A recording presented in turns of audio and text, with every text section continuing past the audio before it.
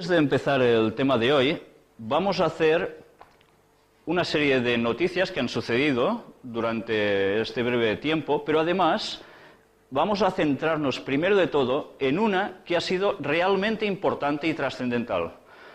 Es algo que algunos de vosotros diréis, ¿qué está enseñando este hombre aquí? Yo solo quiero una cosa y pretendo una cosa, quedaros con esta noticia, porque en el tema que estamos empezando a desarrollar, esto va a salir. Lo que vais a ver en esta noticia es profecía pura, que durante muchísimos años se ha estado esperando esta noticia. Y esto forma parte de ella. Por eso yo solo quiero que lleguéis a tener en vuestras mentes, a retener esta noticia, porque cuando veáis el cumplimiento profético, os vais a quedar tan impresionados, supongo, como yo me quedé. Está en catalán, luego yo intentaré traducir un poco como pueda, porque además hay unas personas que hablan en alemán y el comentarista, bueno, traduce también, pero se mezcla bastante el sonido. Vamos a pasarlo y luego hablaremos un poco. Els comerços de Berlín no han tingut construït. És obvi que el Senyor hi s'ha de respectar. Aquesta és l'opinió de l'Església Catòlica i les confessions protestants de la capital d'Alemanya, que s'han unit per interposar accions legals contra les autoritats i exigir el tancament de comerços. Segons la legislació les botigues poden obrir 9 minuts a l'any, sobretot a l'hora. Els crítics es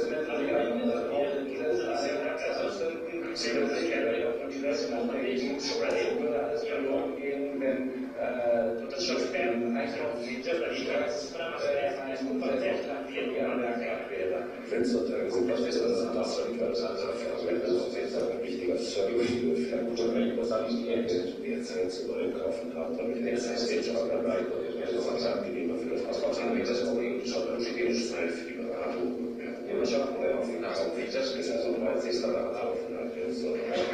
Els clients tenen opinions contradictòries sobre la liberalització d'horaris comercials.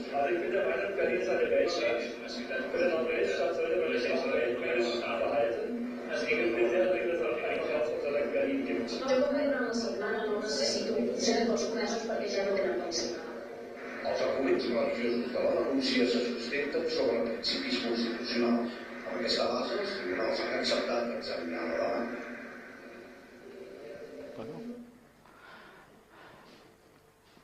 Yo no sé si habéis entendido alguna cosa, se oía bastante mal. La noticia, resumiendo, es salida de Berlín, Alemania, católicos y protestantes se unen para pedir el domingo como día de reposo en el cual los comercios cierren. Sabéis, en Alemania hay 8 domingos que se pueden abrir, comerciales, pero ahora la propuesta es que no se puede abrir solo a excepción del día de Navidad o cerca de Navidad para poder hacer las ventas peculiares de la época, ¿no? Además se dice, por el pastor evangélico que salía, de que se pide que sea el domingo un día para no trabajar, para estar en familia, encender una vela y meditar allí todos juntos. Yo no sé si esto recuerda a la historia anterior de nuestro país, en España, que precisamente hace años atrás esto era bastante habitual. No digo el estar con una vela, pero sí el de no poder hacer comercio, entre muchas otras cosas. Más o menos este es el resumen de lo que aquí aparece. Luego hay opiniones a favor, en contra, como es normal. Es un tanteo. Pero, ¿sabéis? La propuesta ha sido admitida a trámite por el gobierno federal alemán. Quedaros con esto, porque si no sale en el tema de hoy ni en el siguiente, en el otro sí que va a salir la gran relación con esta noticia. Pero ahora que ya tenéis esto en mente, quiero pediros una cosa. Estad atentos cuando oigáis de que por algún sitio va a aparecer cosas así. Lo que se puede denominar ley dominical. Estad atentos a las noticias, porque si ahora ha salido esto en Alemania, va a ser a modo de tanteo, y de aquí poco tiempo esto surgirá en más países. Yo ahora hasta aquí no os digo más al respecto, y vamos a hacer un breve salto, y vamos a hablar de buitos. Búhos. ¿Recordáis que en una de las primeras conferencias estuvimos hablando sobre el tema? Pues vamos a hacer un poco de ampliación. Recordemos que en este rincón del billete de dólar, un poco ampliado, vemos un buito pequeño. ¿Qué dices? ¿Y qué pinta un búho aquí? Ya lo explicamos, ¿no? Lo que significaba. Es un poco más el símbolo del que todo lo ve, el que todo lo domina. Símbolo luciferano total. Vamos a ver, ¿recordáis alguna imagen parecida a esto? También lo sacamos en una anterior conferencia del Bohemians Club en Estados Unidos, donde gente de élite de la política mundial y de los comercios tienen un bosque privado enorme y en el cual se hacen, bueno, ya veis, hay un búho enorme, parece ser de piedra, donde se queman, ¿el qué? Esto os lo dejo a vosotros, que pensáis que se puede quemar. Y como veis, precisamente se veía gente vestida con unos atuendos, unos gorros encima, como unas mitras, ¿os fijáis? Unas capas. La verdad es que, bueno, da toda la pinta de un sacrificio, ¿no? Y es un sitio totalmente privado, no se puede entrar, está totalmente vigilado. Esto es lo que aparece, aumentando la imagen. El vídeo aún está colgado en internet. Uno de los señores que grabó que hizo esta filmación, tiene un programa de radio donde la verdad es que habla muy duramente contra estamentos superiores gubernamentales y demás, pero las imágenes que sacó quizás le han hecho que reaccione así, yo no voy a juzgarlo. Aquí se señala que hay algo que se está quemando y apuntan precisamente a que no es ningún muñeco. No sé si veis alguna forma extraña así, ¿vale? Sigamos avanzando, más de lo mismo, fijaros. ¿Y sabéis quién es este señor? Helmut Schmidt, 1991. ¿Os suena? ¿En Alemania? ¿Vale? Pues ya veis dónde está también, en el mismo sitio. Y sí, sí, es el mismo lugar donde se hacen estos sacrificios y que, como sabéis, tuvieron que salir por piernas cuando filmaron y, bueno, claro, ya os podéis imaginar lo que llega a pasar con esto, ¿no? Sí, el documental está colgado en internet y es realmente espeluznante incluso oír los sonidos porque te dejan los pelos de punta. ¿Puedes pasar al siguiente? Fijaros en esto. ¿Qué veis vosotros aquí? ¿Un elefante? ¿Un mamut? ¿Nada? ¿Un paraguas? ¿Qué veis? No veis nada. Fijaros, esta foto está sacada por satélite en el año 1966 y esto no es nada más ni nada menos que el Capitolio. ¿Y qué? Esto es el Capitolio, lo de en medio. ¿Qué es lo que hay alrededor formando unas formas más o menos geométricas? Pues es un búho. ¿Lo veis? ¿Lo percibís? ¿Vale? Vamos a ver lo mismo sacado de Google Maps, año 2006. Lo mismo, sigue exactamente igual, con vegetación alrededor y allí en el plano, para que lo podáis ver perfectamente. ¿A quién se le ocurre hacer una cosa así y poner un búho como aquí en medio? ¿Por qué? Si no hay algo detrás, un propósito y unos conceptos, esto sería la cosa más absurda, porque la gente de a pie jamás va a ver que esto tiene forma de búho desde el suelo, ¿verdad? Pots apretar el següent, sisplau? Fijaros en esto, está sacado de un documental de Illuminatis y masones. ¿Habéis visto lo que aparece aquí? Es un escrito de Adam Weishaupt, el fundador de los Illuminati. Y fijaros, anda, qué manía con los búhos. ¿Podían poner un perro o una sardina? No, un búho. Como sabéis, os lo he dicho antes, esto es el símbolo de Lucifer. Por tanto, muy cristiano nos suena esto. Vamos a ver el siguiente. Es que se presenta como una clave para entender la historia. Fijaros en esto. National Press Club de Washington. O sea, el Club de Prensa Nacional de Washington. Este es su escudo, su emblema. ¿Qué veis aquí? Un búho. Pero cuidado. Fijaros también qué aparece a su lado. Una lámpara como de Aladino, ¿no? Que parece que flotando salga el genio. Y detrás, Capitolio. Y fijaros que rayitos salen alrededor, ¿no? ¿No recuerda esto a cierto ojo iluminado también? Pues ya veis, ¿por qué tienen que tener un búho? Porque es esto, así. A mí, la verdad es que me sorprendería mucho que haciendo un emblema de algo, alguien ponga un búho, si yo no supiera que los que dominan la prensa son los mismos de todos los que hemos estado hablando hasta ahora. ¿Entendéis? Cuando empezamos a tirar del hilo y vemos quiénes son los propietarios de agencias de información, de periódicos, de cadenas televisivas, etcétera, nos damos cuenta que son gente precisamente asociada a lo mismo. Vamos a ver la siguiente, quedaos con la imagen de la lamparita y fijaros en esta filmación. Esto está sacado de un documental de la guerra de Irak. ¿Qué veis detrás de este señor? Es lo mismo, ¿no? Claro, es lo mismo que hemos visto antes, pero en grabado. La misma lamparita, todo. ¿Lo puedes apretar, si vos? Nuestra estrategia consiste en hacerle ver al mundo el peligro que representa Saddam en su estado actual. Sin duda, está desarrollando armas de destrucción masiva. Sin duda, tiene armas químicas y biológicas. Y sin duda, lleva 30 años intentando adquirir un arma nuclear. Bueno, esto es lo que se decía, ¿no? Precisamente. Nos irá bien esto porque iremos viendo ahora algo bastante relacionado con todo ello. Otro documental. Al descubierto. Bueno, es el mismo. La guerra.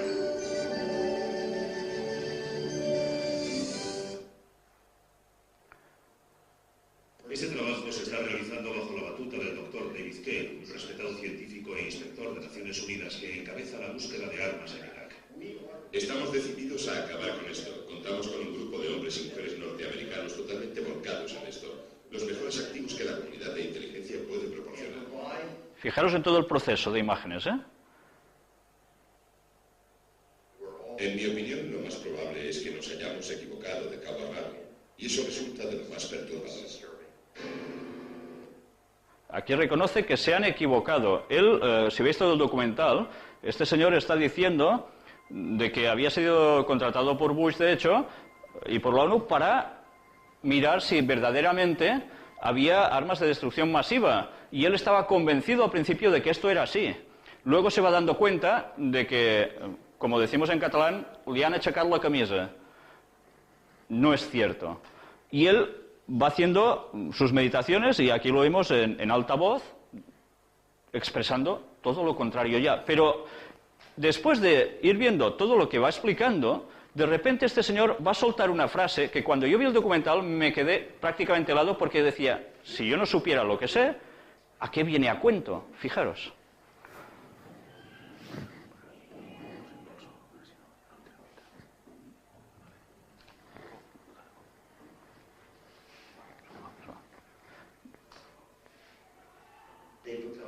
Tienen tanto miedo de admitir su error que defienden cosas que saben perfectamente que no son ciertas. Y ahora, después de decir esto, fijaros lo que viene. Las sociedades secretas tienen sus propias reglas. Las sociedades secretas no suelen sentirse obligadas a comunicarse abierta y democráticamente. Yo no sé si esto sorprende, que en medio de un documental este señor, con una reputación tremenda, de repente suelte que las sociedades secretas, y dice lo que está diciendo. ¿A qué viene a cuento? Pues sencillamente este señor que está en más altos niveles de la política por todo lo que se llega a mover y precisamente hace una reflexión tremenda de que las sociedades secretas están detrás de estos movimientos y que ya veis que muy democráticos no son. ¿Por qué será?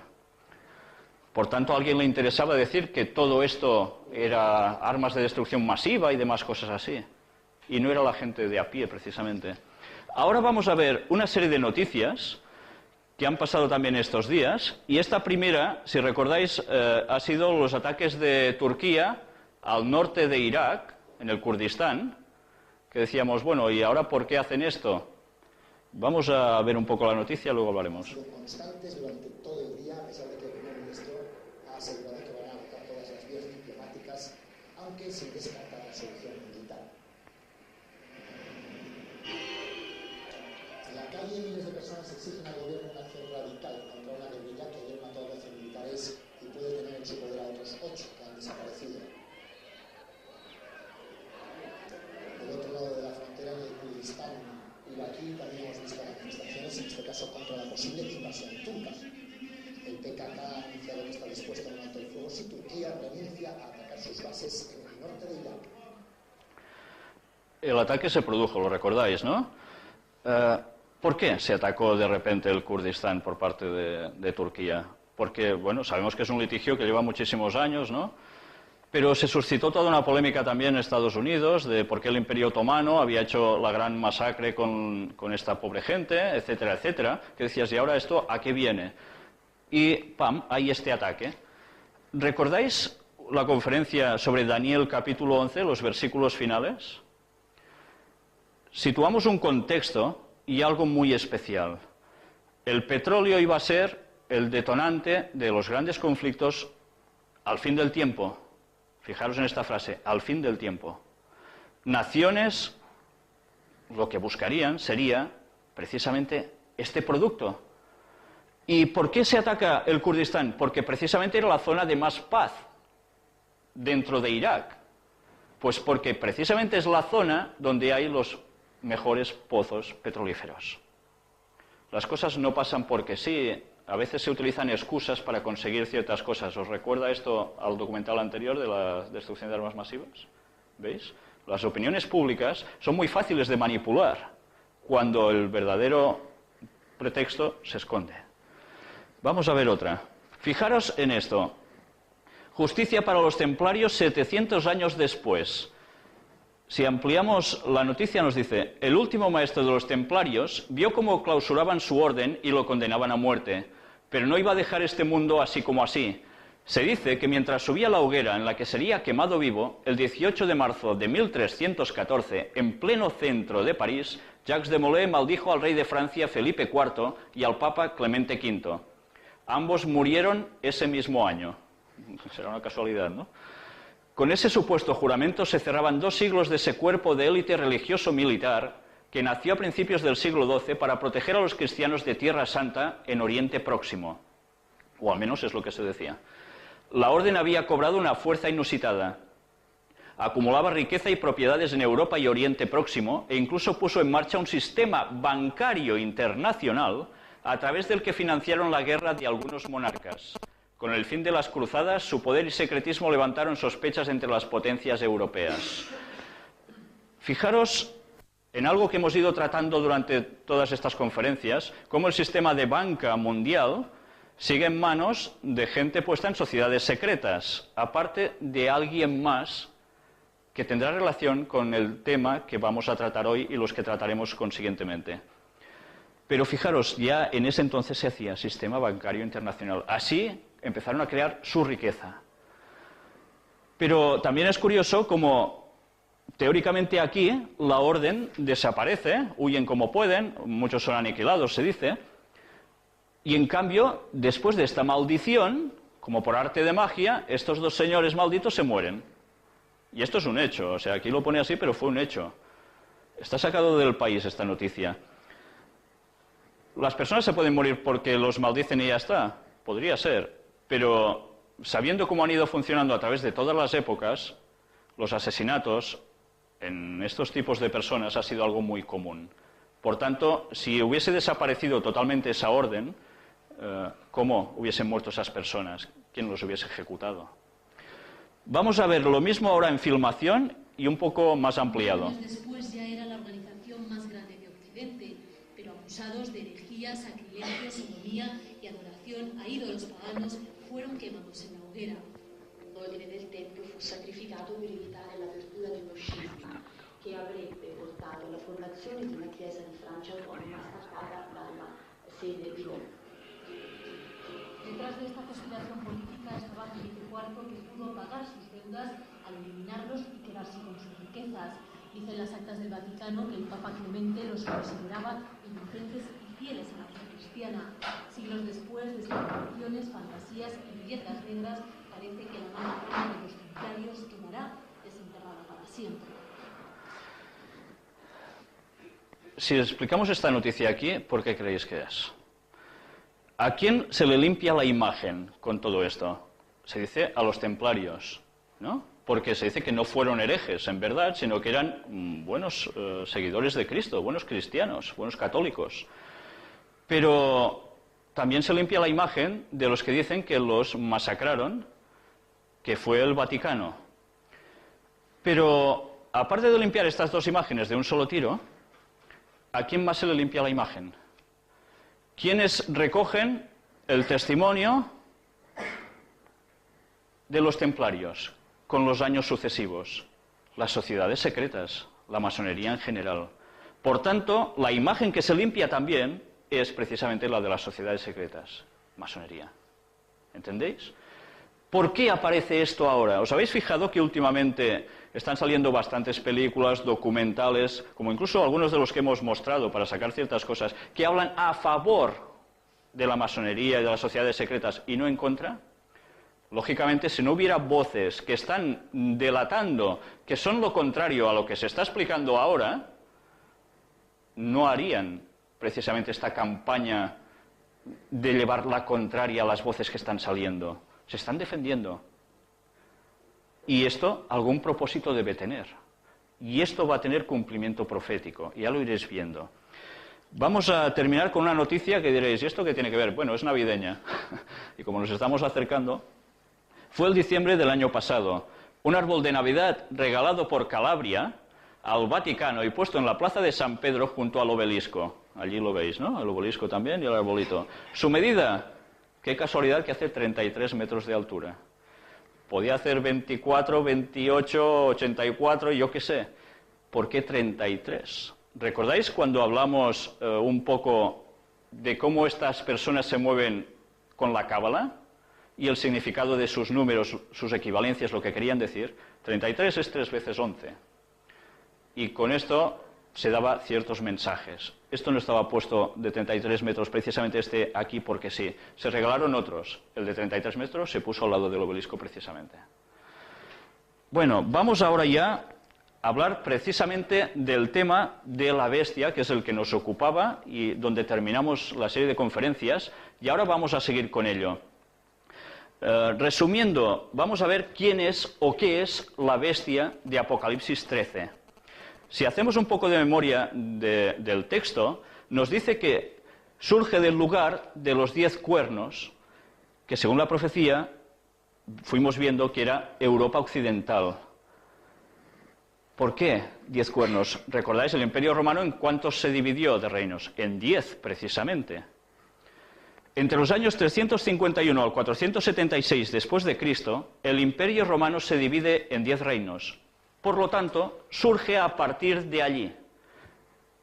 Nos vamos situando, estamos hablando de un poder, una persona, vamos a ver quién es o qué es, que surge a partir de este momento, cuando nace, por decirlo de algún modo, Europa, dividido en estados, pero en definitiva es esto.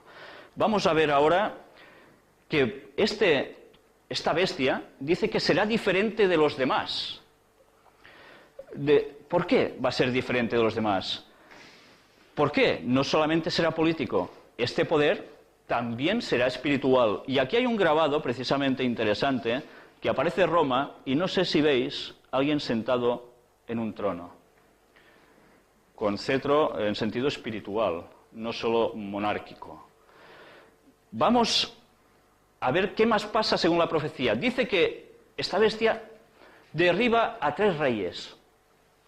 Y curiosamente, en esos anales de la historia, 3 pueblos son arrancados. Los érulos en el año 493 después de Cristo, los vándalos en el 534 y los ostrogodos en el 553 también después de Cristo. Es curioso, vamos viendo cómo la historia nos irá demostrando el significado de esta bestia. Vamos a llegar a conclusiones muy claras. Pero, ¿cuál fue la razón para que estos 3 reyes fueran derribados? Pues se opusieron a las enseñanzas y pretensiones de cierta jerarquía. ¿De cuál jerarquía? En el año 538, los ostrogodos, estos señores que más o menos vemos aquí, fueron expulsados de Roma y dejaron la oposición efectiva al decreto del emperador Justiniano, que aquí lo veis en imagen también, de que el Papa de Roma era cabeza de todas las iglesias. ¿Vais situando el contexto histórico? Vamos a ver ahora algo que sucedió en el año 538, año de la supremacía papal. Quedaros mucho con este año. Es cuando el Papa de Roma consigue el gran poder. Recordadlo, 538 después de Cristo. Vamos a ver un cuarto punto. Este cuerno tenía ojos como de hombre y una boca que hablaba grandezas. ¿A qué equivalía esto? Astucia, penetración y asertos arrogantes de una organización religiosa apóstata. Yo os pregunto, ¿será el papado este poder que está simbolizado por el cuerno pequeño en el libro de Daniel y por la bestia en Apocalipsis? Id pensando con todo lo que vais viendo si esto va a ser así o no. Veamos en profundidad si este poder hablaría precisamente grandes cosas contra el Altísimo, como dice el texto. ¿El Altísimo quién es? Dios, ¿verdad? Vamos a ver si este poder hace esto o no lo hace. Vamos a ver una extracción de un libro llamado Las Profecías de Daniel y el Apocalipsis, tomo 1, el tomo de Daniel precisamente, páginas de la 100 a la 102. No quiero que os perdáis detalle, porque esto no me lo estoy inventando yo, esto es historia, y está sacado por gente de gran peso dentro de la propia entidad de la Iglesia Católica. Fijaros que pone el texto. Lucio Ferraris, en su pronta biblioteca, a la cual se refiere la Católica Enciclopedia como una verdadera enciclopedia de conocimientos religiosos y una preciosa mina de información, declara en el artículo donde trata del Papa que el Papa es de tan grande dignidad y ensalzado que no es un simple hombre, sino como si fuese Dios y el vicario de Dios. El Papa es de dignidad tan sublime y suprema que, hablando con propiedad, no ha sido establecido en algún grado de dignidad, sino más bien ha sido puesto en la misma cumbre de todas las dignidades. El Papa es llamado Santísimo porque se presume legítimamente que lo es. Solo el Papa merece ser llamado Santísimo, porque únicamente Él es vicario de Cristo, manantial, fuente y plenitud de toda la santidad. Es igualmente el monarca divino, emperador supremo y rey de reyes. Por cierto, hago un inciso. Este es el título, el rey de reyes, que se aplica en los escritos bíblicos. ¿A quién? ¿Lo sabéis? Jesucristo, sí señor. De ahí que el Papa lleva una corona triple, como rey del cielo, de la tierra y de las regiones inferiores. Además, la superioridad y el poder del pontífice romano no se refieren solo a las cosas celestiales, a las terrenales y a las que están debajo de la tierra, sino que llegan hasta sobre los ángeles, pues es mayor que ellos. De manera que si se pudiera dar el caso de que los ángeles errasen en la fe o pensasen en forma contraria a la fe, podrían ser juzgados y excomulgados por el Papa, porque Él tiene tan grande dignidad y poder que forma con Cristo uno y el mismo tribunal. El Papa es como si fuese Dios en la tierra, solo soberano de los fieles de Cristo, principal Rey de Reyes, que tiene la plenitud del poder, a quien el Dios omnipotente ha confiado no solo la dirección de lo terreno, sino también del reino celestial. El Papa tiene tan grande autoridad y poder que puede modificar, explicar o interpretar aún las leyes divinas. Esto es poder, ¿eh? Cristóbal Marcelo, en la cuarta sesión del Quinto Concilio de Letrán, en una oración dirigida al Papa, exclamó: «Tú eres el pastor, tú eres el médico, tú eres el director, tú eres el labrador. Finalmente, tú eres otro Dios en la tierra». Casi nada. Dice Adam Clarke, con referencia al versículo 25, «Hablará como si fuese Dios». Así es como cita Símaco San Jerónimo. A nadie puede esto aplicarse tan clara y plenamente como a los papas de Roma.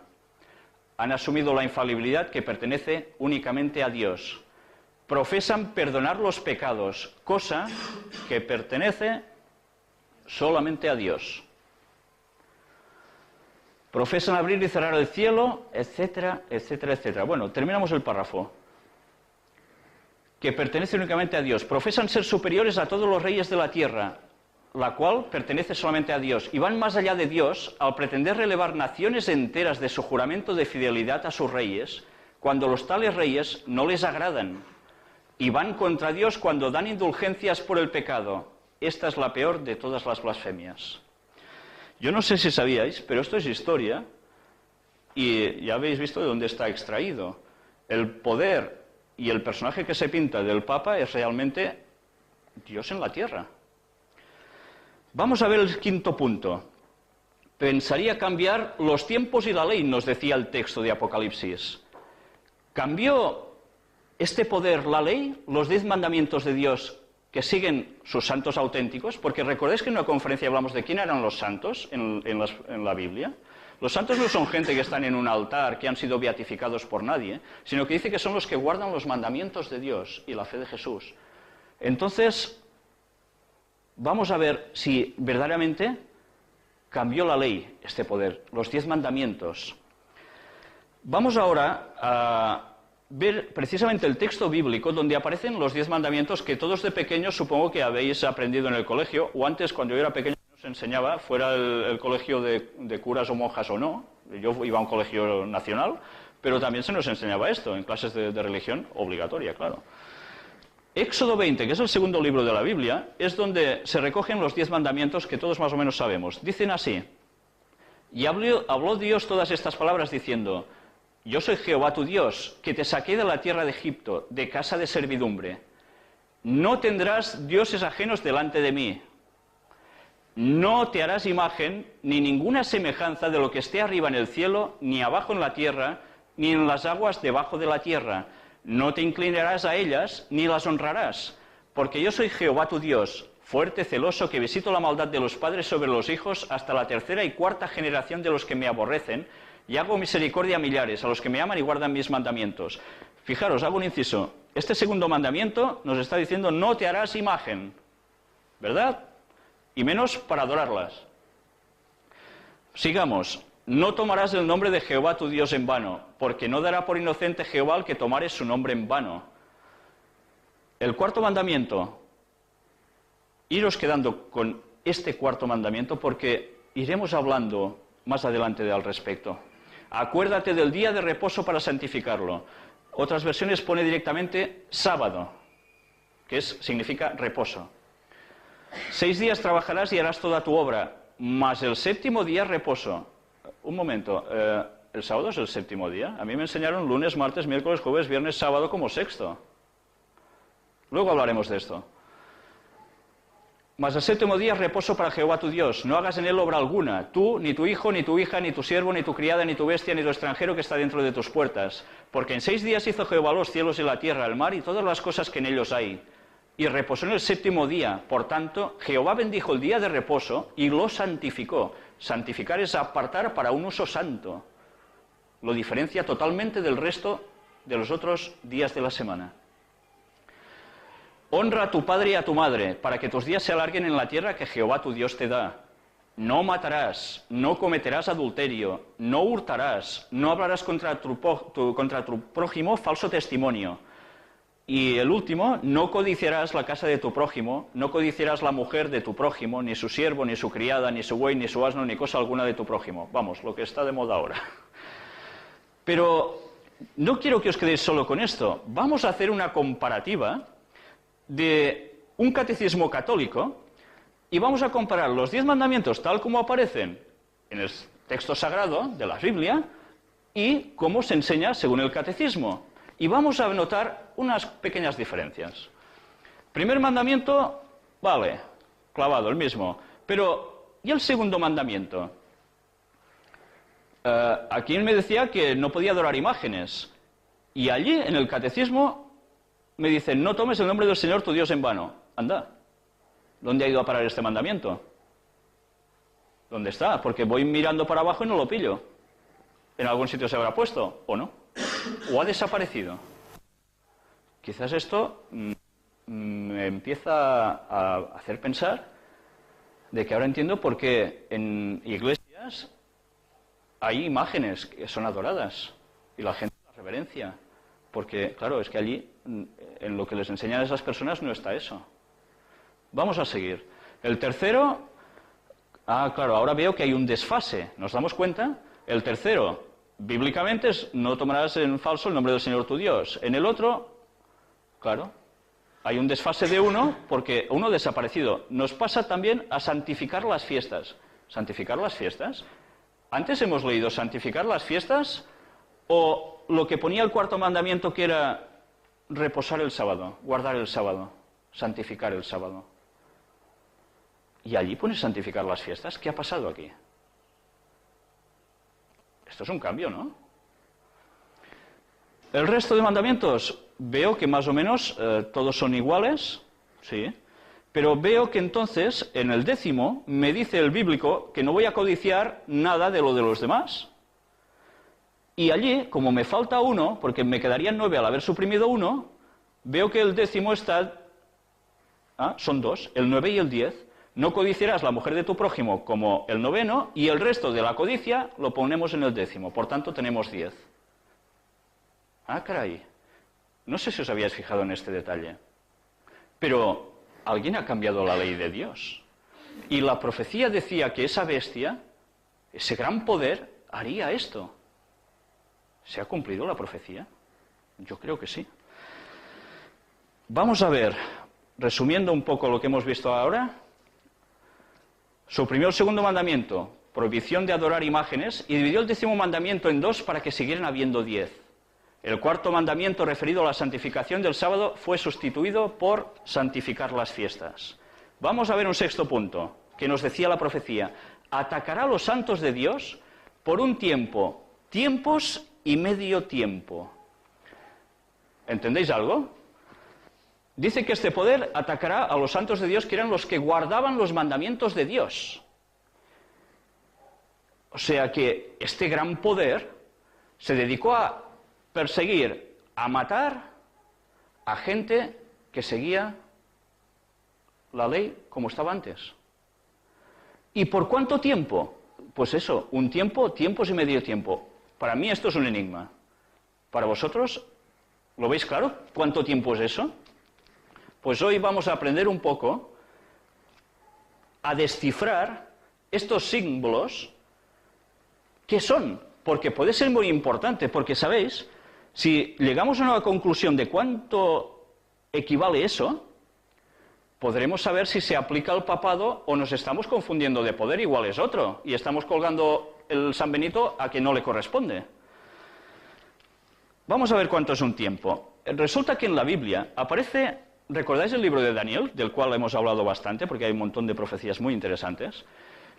El profeta Daniel tiene unas conversaciones con el rey Nabucodonosor de Babilonia, y en principio el rey de Babilonia, qué bien, qué bien, se ponen de acuerdo, muy bien, eran totalmente distintos de creencias, pero llega un momento en que, después de pasar por varias etapas, al rey, como se dice ahora, se le va la olla.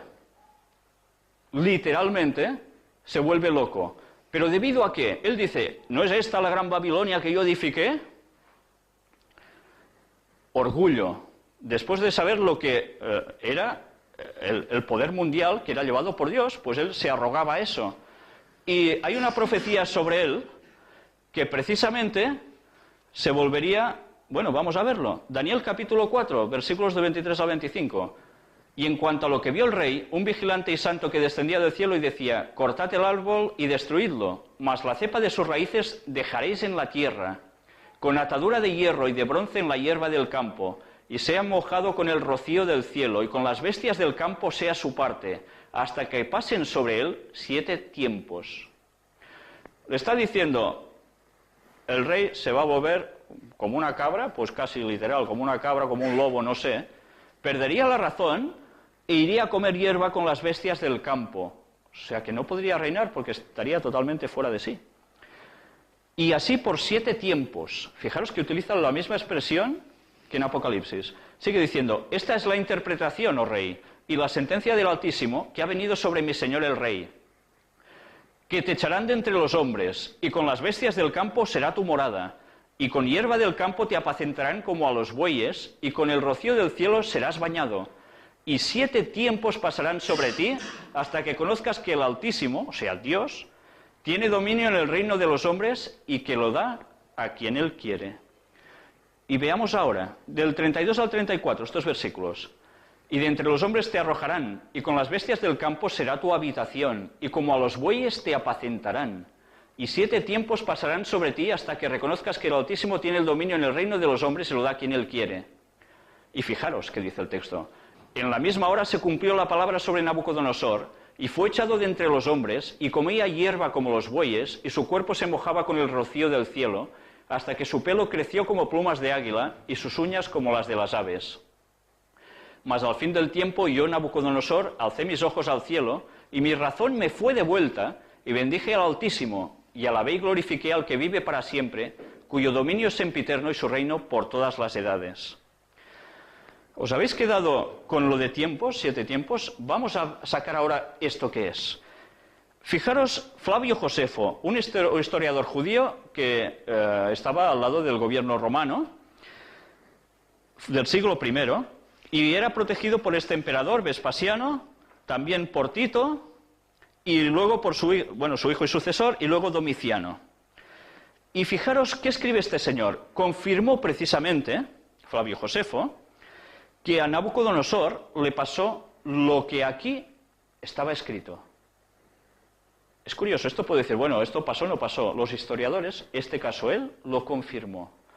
Y vamos a ver un detalle. En su libro Antigüedades Judaicas, libro 10, capítulo 10, sección 6, que aquí tenéis la portada del libro, dice que la locura le duró, ¿sabéis cuánto tiempo? ¿Cuánto diríais que es un tiempo? ¿Un año? Pues quizá tenéis razón, porque dice que la locura le duró 7 años. O sea, 7 años como una cabra auténtica, pastando como un animal total, y después de 7 años vuelve en sí. Por tanto, un tiempo equivale a un año. Vamos a ver todo esto un poco con detalle. Por cierto, el plural indefinido en hebreo, cuando dice tiempos, equivale a 2 en este idioma, ¿eh? Por tanto tenemos, ¿recordáis que decía un tiempo y tiempos y medio tiempo? Vamos a descifrarlo. Un tiempo equivale a un año, 2 tiempos, el plural, 2 años. Medio tiempo, medio año. Por tanto, 3 tiempos y medio equivale a 3 años y medio. O sea, son 3 años y medio, ¿no? ¿Llega todo hasta aquí? Vamos a ver cómo la cosa se complica un poco más, pero al mismo tiempo se explica aún más claramente. Vamos a ver, si la profecía está dada en símbolos, un año bíblico, y como vimos en otras conferencias, equivalía a 360 días. No 65, 360 días. Y por tanto, vamos a ver un año, 360 días, 2 años, 720 días, medio año, 180 días. Hacemos la suma de 3 años y medio, equivale a 1260 días. Pero ¿recordáis que un día profético equivalía a un año literal en símbolos?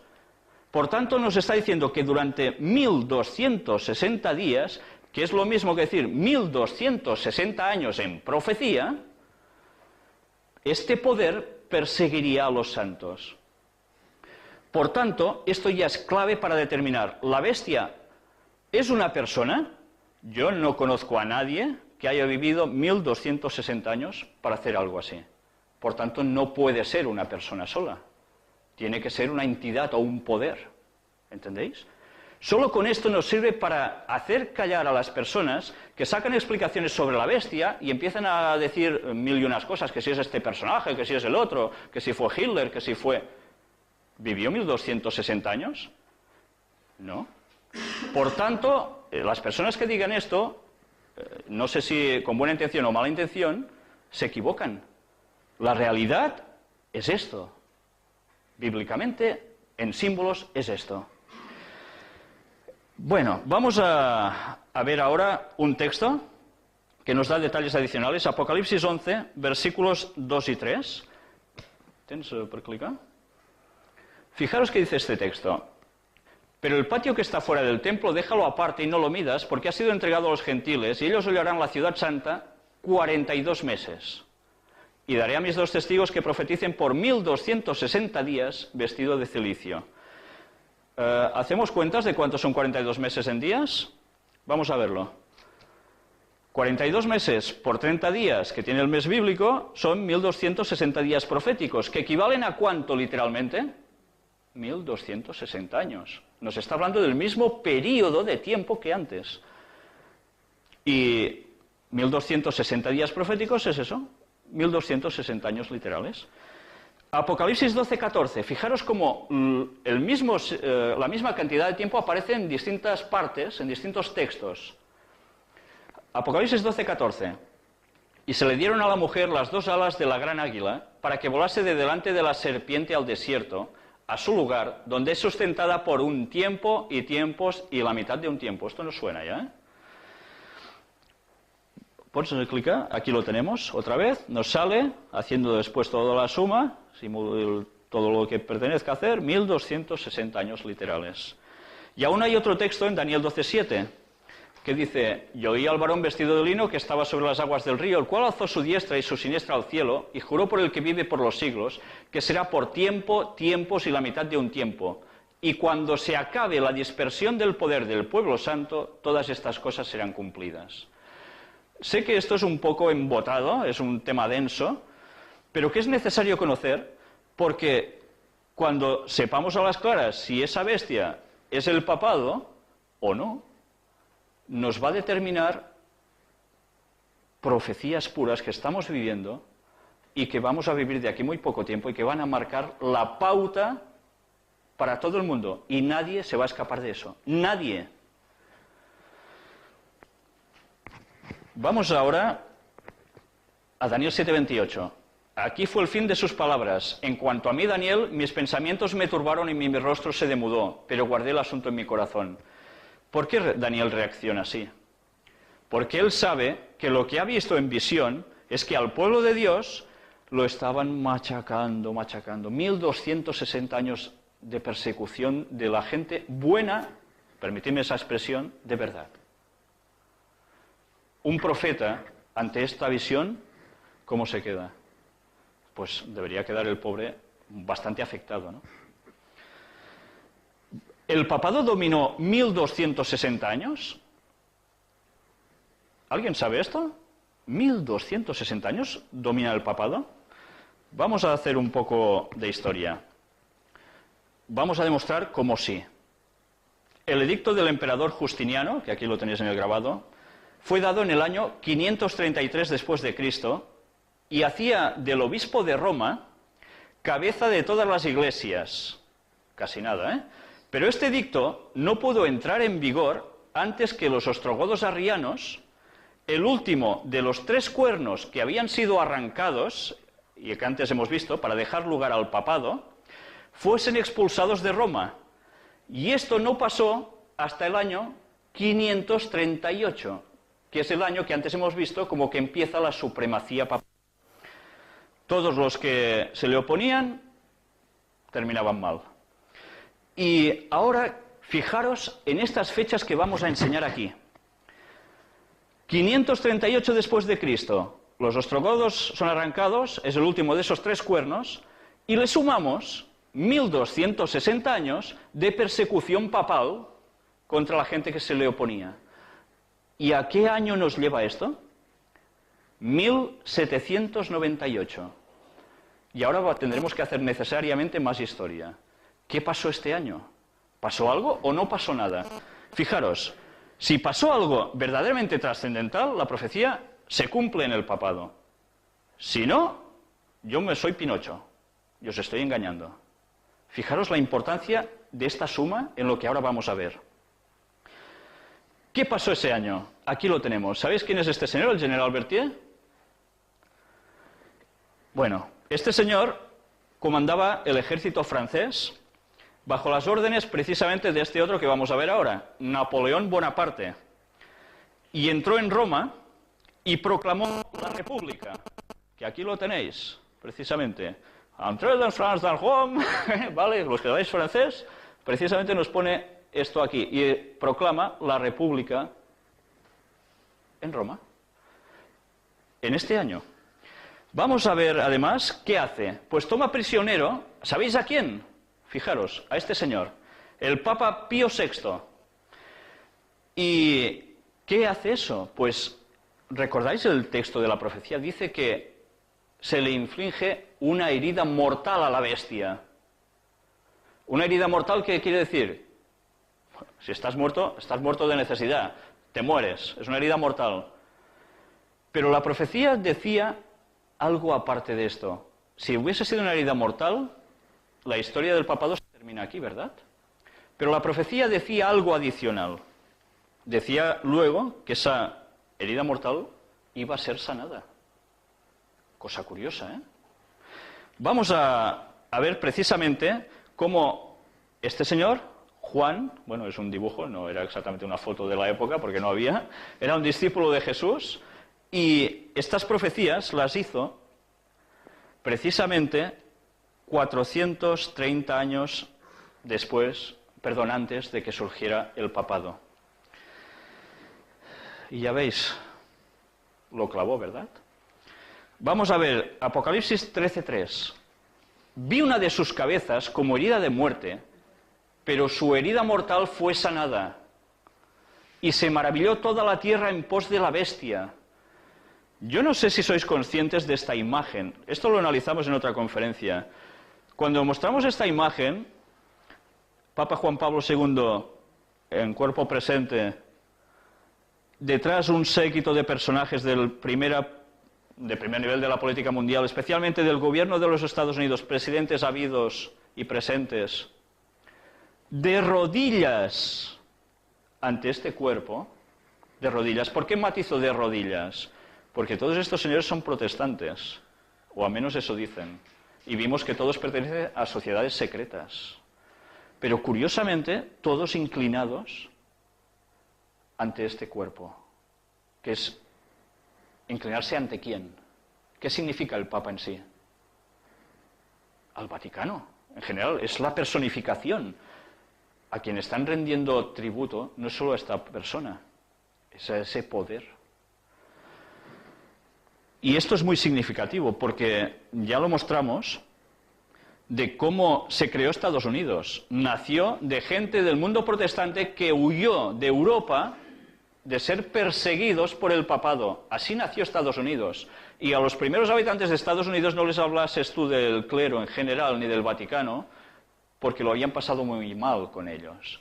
Y han pasado unos años y ya veis cómo ha cambiado la situación en Estados Unidos. Sus gobernantes frente a este cuerpo y lo que significa. Y aparece otro personaje, se erige un nuevo papa, en este caso, Cardenal Ratzinger, que ya sabéis quién es actualmente, Benedicto XVI. Pero vamos a ver en más detalle cuándo esta herida mortal es sanada, porque esto es un hecho reciente, pero esta herida mortal se sanó aquí. Aquí es una gran evidencia, pero esto viene de antes. Vamos a verlo un poco en historia.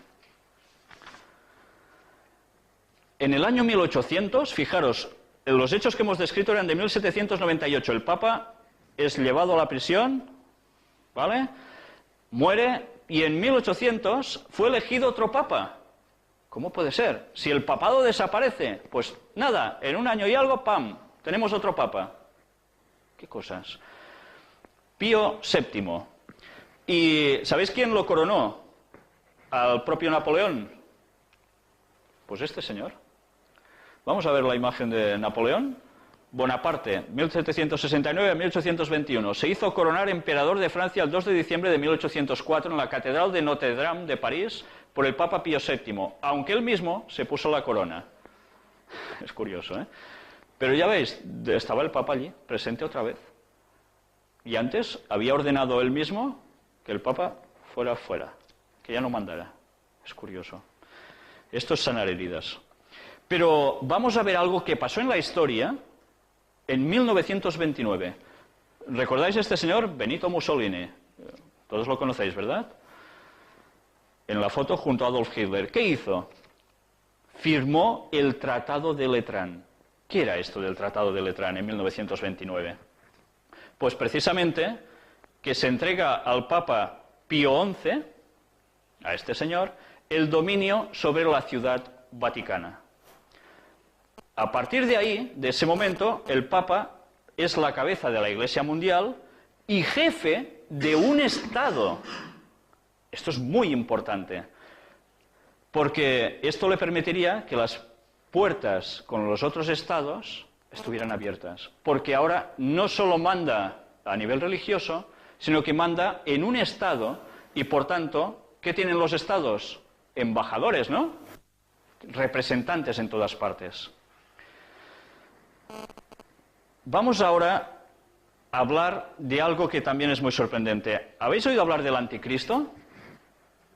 Todos, supongo que habéis oído hablar del anticristo. ¿Qué versiones habéis oído del anticristo? ¿Qué es el anticristo? ¿Quién es el anticristo? ¿Un gobernador? ¿Un ganador? Ah, engañador. ¿Vale? ¿Qué más versiones habéis oído de esto? Si yo os pregunto al azar, ¿qué diríais que es el anticristo? ¿Es un rollo patatero? ¿Es un personaje en concreto? Hace poco, hace unos años, se decía que era Mikhail Gorbachev. Se dijo que era Reagan. Se dijo incluso también que era Bush. Ah, se dijo también que es Papa. Pues tendremos que hacer un repaso, porque en los tiempos del Nuevo Testamento, precisamente durante los primeros 100 años de la era cristiana, se dejó escrito el proceso que seguiría, el anticristo. Y vamos a ver si se aplica también al papado. Vamos a ver la primera imagen, que es un texto, y vamos a ver un poco de repaso histórico al respecto para saber qué es o quién es el anticristo. Los Hechos de los Apóstoles, escrito por los apóstoles de Jesús, bueno, concretamente por Lucas, en este caso, capítulo 20, del 28 al 30, nos dice: por tanto, mirad por vosotros y por todo el rebaño en que el Espíritu Santo os ha puesto por obispos, para apacentar la iglesia del Señor, la cual él ganó por su propia sangre. Porque yo sé que después de mi partida entrarán en medio de vosotros lobos rapaces que no perdonarán al rebaño. Y de vosotros mismos se levantarán hombres que hablen cosas perversas para arrastrar tras sí a los discípulos. Esto es un primer paso de anticristo. Alguien que surge de entre los primeros cristianos mismos para ¿hacer qué? Hablar cosas perversas, empezar a cambiar cosillas, ir contra ellos. Vamos a ver otro texto. Segunda de Tesalonicenses, capítulo 2, versículos del 1 al 8. Otro paso más. Pero con respecto a la venida de nuestro Señor Jesucristo, tema que ya tocamos en profecía, y nuestra reunión con Él, os rogamos, hermanos, que no os dejéis mover fácilmente de vuestro modo de pensar, ni os conturbéis, ni por espíritu ni por palabra, ni por carta como si fuera nuestra, en el sentido de que el día del Señor está cerca. Nadie os engañe en ninguna manera, porque no vendrá sin que antes venga la apostasía y se manifieste el hombre de pecado, el hijo de perdición. Vaya títulos le está poniendo aquí. Dice que Jesús no va a volver por segunda vez hasta que aparezca en la historia alguien que haga estas cosas, el cual se opone y se levanta contra todo lo que se llama Dios o es objeto de culto, tanto que se sienta en el templo de Dios como Dios, haciéndose pasar por Dios. ¿Os recuerda algo de lo que hemos visto hace un ratito? ¿No os acordáis que cuando yo estaba todavía con vosotros os decía esto? Y ahora vosotros sabéis lo que lo detiene, a fin de que a su debido tiempo se manifieste, porque ya está en acción el misterio de la iniquidad. Solo que hay quien al presente lo detiene hasta que él a su vez sea quitado de en medio. Y entonces se manifestará aquel inicuo a quien el Señor matará con el espíritu de su boca y destruirá con el resplandor de su venida. Por cierto, cuando dice iniquidad es una injusticia grande, una maldad. Vaya adjetivos calificativos, impresionantes, ¿eh? Tercera epístola de Juan, versículos 9 y 10. Otro proceso. Yo he descrito a la iglesia, pero Diótrefes, al cual le gusta tener el primer lugar entre ellos, no nos recibe. Aquí empezamos. Alguien que dentro de la congregación dice, yo soy el más bonito. Ya empieza a haber algo de mal rollo aquí. Por esta causa, si yo fuere, recordaré las obras que hace parloteando con palabras malignas contra nosotros, Y no contento con estas cosas, no recibe a los hermanos, y a los que quieren recibirlos se lo prohíbe y los expulsa de la iglesia. Aquí aparece alguien que ya quiere un primado. Primera de Juan, capítulo 2, versículos 18 y 19. Hijitos, ya es el último tiempo, y según vosotros oísteis que el anticristo viene, así ahora han surgido muchos anticristos. Por esto conocemos que es el último tiempo. Salieron de nosotros, pero no eran de nosotros, porque si hubiesen sido de nosotros, habrían permanecido con nosotros. Pero salieron para que se manifestase que no todos son de nosotros. O sea que, ¿de dónde saldrían estos anticristos? De los propios cristianos. Por tanto, alguien que diga que el anticristo es quién sabe quién, primero habrá tenido que salir estos personajes del mundo cristiano. Y aquí está, en esos tiempos, en los años, el primer siglo del cristianismo, ya hacían esto. Era un proceso gradual que se iba a manifestar hasta que algo se apartara y no tuviera ya freno y se manifestara totalmente ese anticristo. Vamos a ver ahora un proceso de los obispos y papas de Roma. ¿Puedo soportar? Todos estos han sido papas. No os los voy a leer porque mañana aún estaría aquí. Vamos a ver ahora unos casos concretos en determinadas fechas históricas, haciendo un poco de saltos, para que vayáis viendo cuál es el proceso que van siguiendo. Víctor I, entre el año 189 y 201. Este señor mandó que las iglesias del Oriente observasen la Pascua en domingo. Estos rehusaron y fueron excomulgados, pero en vano. Fijaros cómo aquí aparece el domingo por en medio, ¿eh? Julio I, del 337 al 352. El concilio de Sárdica, en el año 343, confirió al obispo de Roma el privilegio de juzgar entre obispos contenciosos. O sea que si entre los obispos había alguna cosa mala, el obispo de Roma, ¡pam!, intervendría. Inocencio I, del 402 al 417, tenía el concepto de ser obispo universal. Bueno, esta no es su foto, ya lo ves, no es que tuviera esta cara, pero es que no había grabado de la época. Vamos a ver ahora Sixto III, 432 al 440. Dijo: soy delegado por Dios para vigilar a la iglesia entera. O sea, él era el obispo de Roma, según él, claro. León I, 440 al 461, promulgó un decreto diciendo que el obispo de Roma es supremo. El concilio de Calcedonia, en el año 451, puso a la par al obispo de Roma con el obispo de Constantinopla. Había una escisión. Constantinopla, Roma, querían todos cierta hegemonía, cierto poder, pues se los puso a la par. Pero vamos a ver ahora. Símaco, 498 al 514. El pontífice romano fue constituido juez en lugar de Dios, cumpliendo aquel cargo como vicegerente del Altísimo. Juan II, 533 al 535. Justiniano lo reconoció como cabeza de todas las iglesias del mundo cristiano. Por cierto, hago un inciso aquí. ¿Lo reconoció como cabeza de todas las iglesias del mundo cristiano? ¿Sabéis qué noticia ha surgido esta semana pasada? Y que en este país apenas se ha oído nada. Apareció en el Times, en Inglaterra. Aquí muy poco en las noticias. Fijaros, ¿recordáis una conferencia donde enseñábamos que los ortodoxos y el Papa se visitaban, hacían unos acuerdos y dijimos que esto era asunto profético? Pues ha habido ya una reunión con unas firmas diciendo que se ha acordado que católicos y ortodoxos van a tener una cabeza común.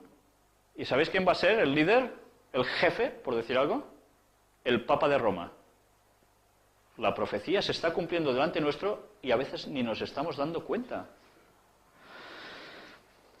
Gregorio I, del 590 al 604, se comporta como un rey.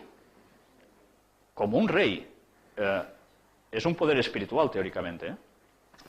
Gregorio VII, del 1073 al 1085, puso restricciones sobre autoridades civiles. Esto es muy fuerte, ¿eh? Hacer restricciones sobre autoridades civiles quiere decir que alguien manda más que las autoridades civiles, y es un poder espiritual. Y terminamos con Inocencio III, del 1198 al 1216. Desempeñó un papel dirigente en los asuntos de los gobernantes de Europa.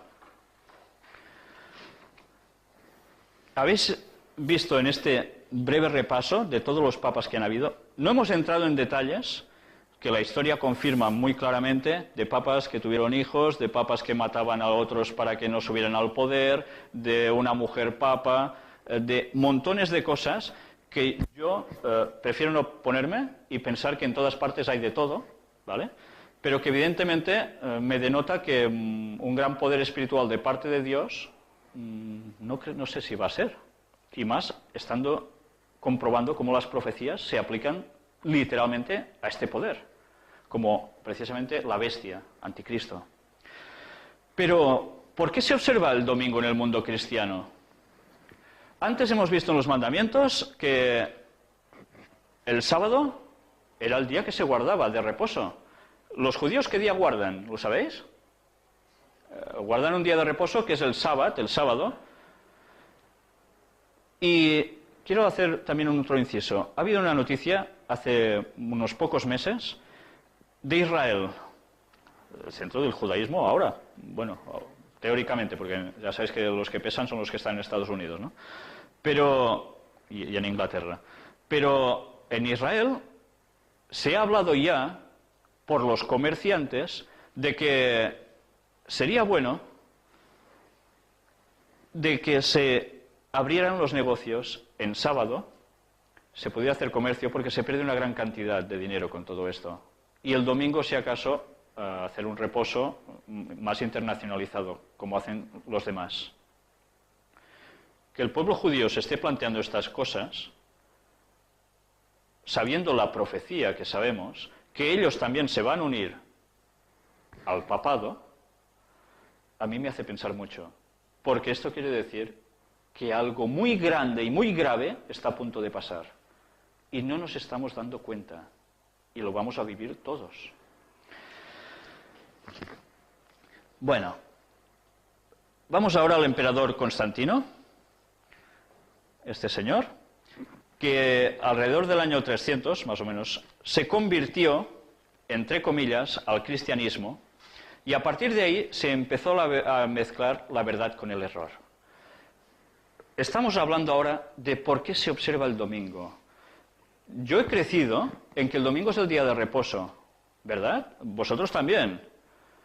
Y esto a nivel general en Europa, en Estados Unidos, en Centroamérica, en Sudamérica, en el mundo cristiano en general, se enseña que el domingo es el día de reposo. Y en el mandamiento nos ponía, ¿qué día? El sábado, como los judíos, o algunos de ellos, aún guardan, ¿no? Entonces, vamos a ver este proceso. Hemos hablado ahora de Constantino y, según todos los indicios históricos, Constantino aceptó el cristianismo viendo que se estaba tambaleando precisamente su imperio por las hordas bárbaras y por problemas internos de desgaste del imperio. Y deseando que siguiera unido, vio la solución en la religión como unificación del imperio. Por otra parte, los cristianos aceptaron con buen agrado su conversión, la de Constantino, porque así tendrían protección. Porque ¿qué les pasaba a los cristianos?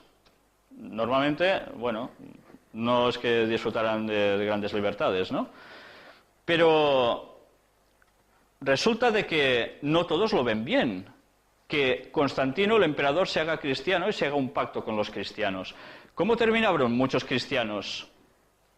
En el circo, ya lo veis, y con otras formas, ¿no? A veces quizá peores. El pacto entre cristianos y paganos consistió en que todos los habitantes del imperio, que era un imperio pagano, el imperio romano, se harían cristianos y harían algo.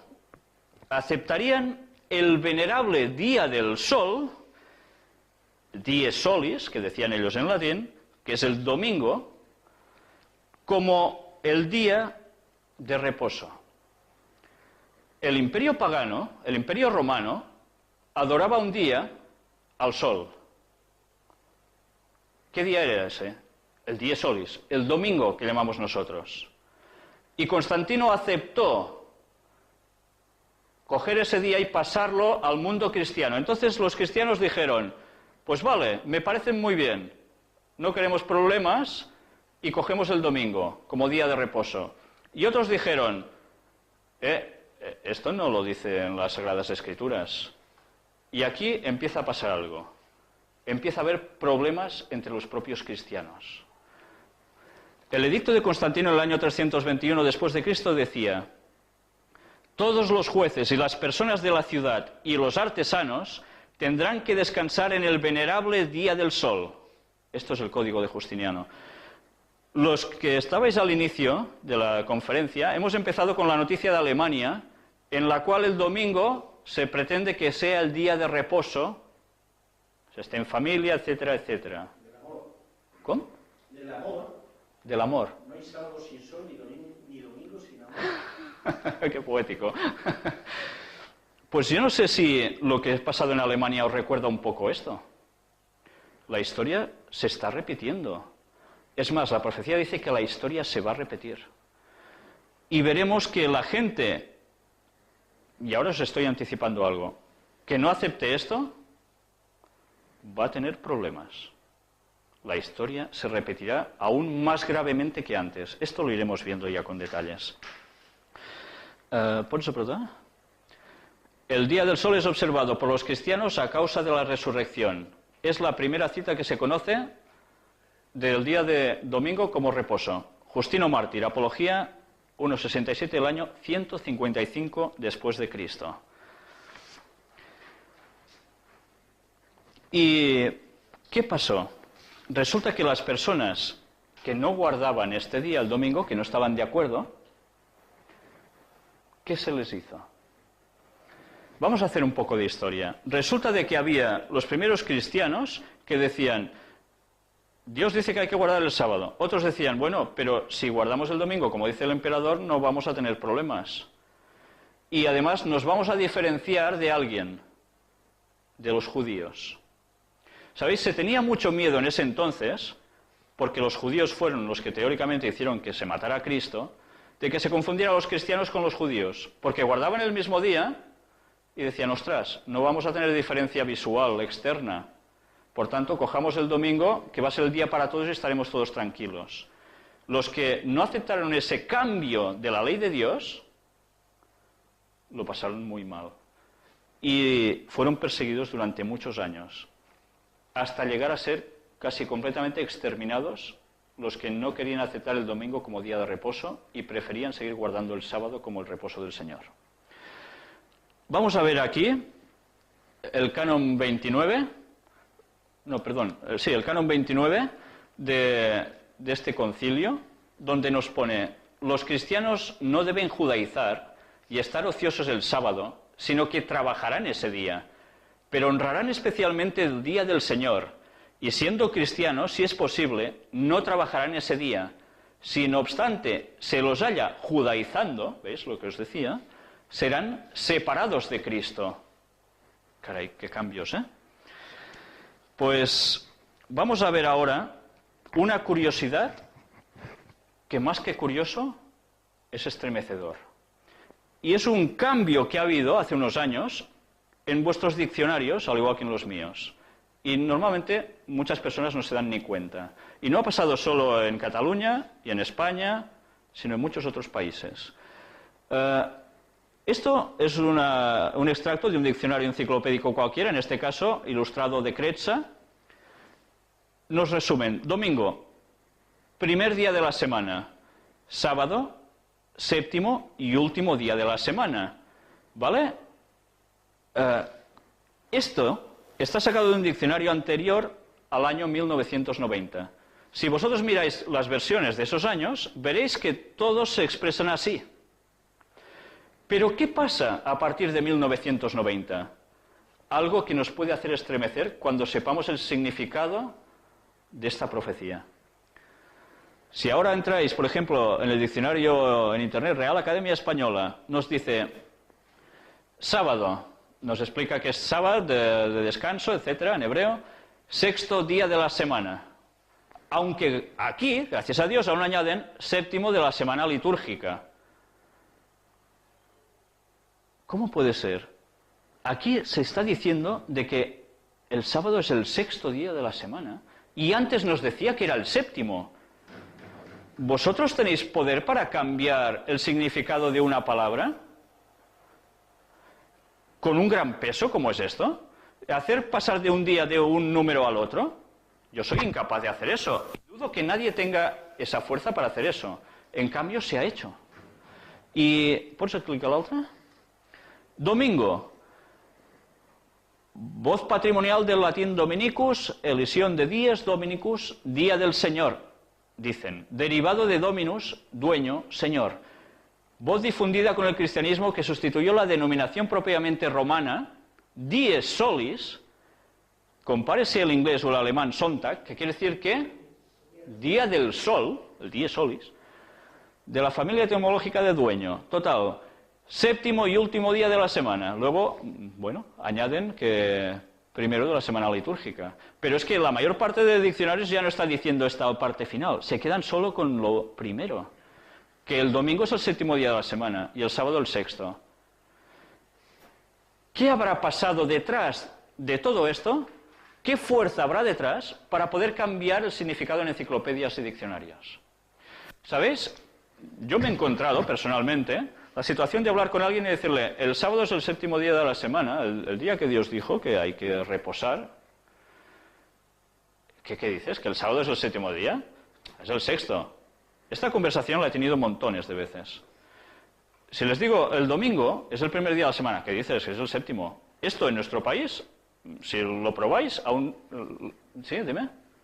Yo tengo una Biblia católica, la de acá Conca, que dice claramente, acuérdate del sábado para santificarlo. No, si es que en las Biblias católicas aparece así tal cual. Entonces, ¿cómo puede ser que en la Biblia suya mismo aparezca así y en el catecismo aparezca cambiado? Es curioso, ¿eh? Pero ya veis, si yo antes podía argumentar y decirle a cualquier persona, coge tu diccionario, tu enciclopedia y mira, y verás que lo que te digo es verdad, ahora ya no puedo hacerlo. Porque ahora les digo, el sábado es el séptimo día, y resulta de que allí pone sexto día. ¡Anda!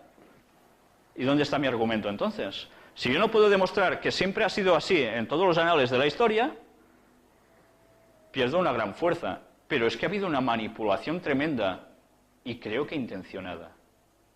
Afirmo, intencionada. Vamos a ver un poco más, aún tenemos un poco de tiempo. Según los profetas bíblicos, ¿se podía cambiar la ley de Dios? Vamos a ver la respuesta. Un libro en el Antiguo Testamento, en los Salmos, capítulo 111, versículos 7 y 8. Las obras de sus manos son verdad y juicio. Fieles son todos sus mandamientos, afirmados eternamente y para siempre, hechos en verdad y en rectitud. Están afirmados eternamente, dice. ¿Me voy a atrever yo a cambiar los mandamientos de Dios? Vamos a ver, Salmo 119, versículo 152. Hace ya mucho que he entendido tus testimonios, que para siempre los has establecido. Testimonios y mandamientos es lo mismo. Para siempre los ha establecido. Repito, ¿alguien se va a atrever a cambiar eso? Pues sí, se han atrevido a cambiar eso, ¿eh? Y lo hemos visto. Y Jesús dijo quizás, o dio el consentimiento divino para que ese día se cambiara. Mateo 5, 17 y 18. No penséis que he venido para abrogar, anular, la ley o los profetas. No he venido para abrogar o anular, sino para cumplir. Porque de cierto os digo que hasta que pasen el cielo y la tierra, ni una jota ni una tilde, o sea, lo más pequeño, pasará de la ley hasta que todo se haya cumplido. Jesús no da autoridad a nadie para que cambie ese día de reposo. Yo sé que ahora estaréis pensando, ¿y por qué este hombre está hablando tanto de sábado y domingo? ¿Qué tiene que ver? Esto es lo que va a marcar la pauta, y os adelanto la profecía, la pauta para que el mundo llegue a su clímax. Va a ser la cosa de más importancia